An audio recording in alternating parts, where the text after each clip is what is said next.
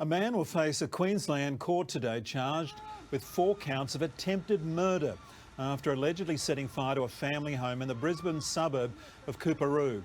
The residents of the property escaped without life-threatening injuries, but the house was gutted.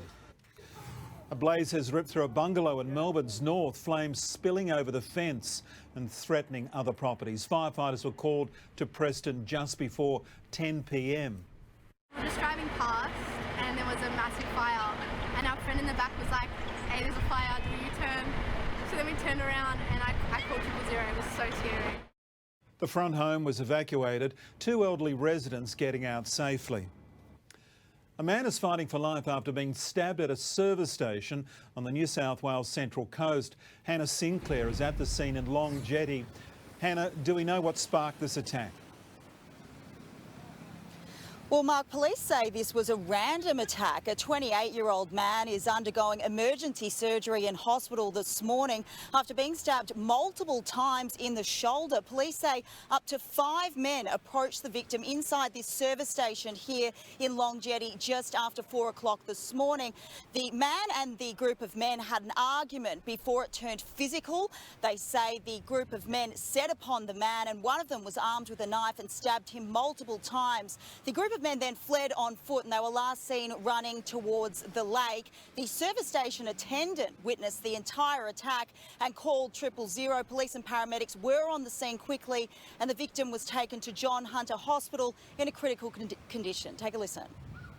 And they started arguing with each other and then they just started fighting. There was a group of up to 5 and it appears that not all of those, but a couple of those have got involved, or several of those have got involved, and obviously one was at least one was armed with what we understand was a knife. Police say the victim and the group of men are not known to each other, but the men are still on the run this morning and they are being described as in their 20s. Mark? OK, Hannah, thank you. Well, Storm Alex has carved a path of destruction across Italy and France, pummelling the region with downpours that triggered the worst flooding in the region in more than 2 decades. Devastating footage shows the extent of the storm's damage, with roads and buildings completely swept away. 3 people are dead and 8 people are missing in Italy, where residents had to be winched to safety. The UK is now bracing for the wild weather. The holy city of Mecca is being opened up to pilgrims. A maximum of 6,000 worshippers are now allowed to enter the Grand Mosque as COVID restrictions ease. Only Saudi Arabian citizens are permitted to go inside the landmark, which has been sterilised multiple times a day. A man found in a stormwater drain, the bizarre lead-up to this rescue.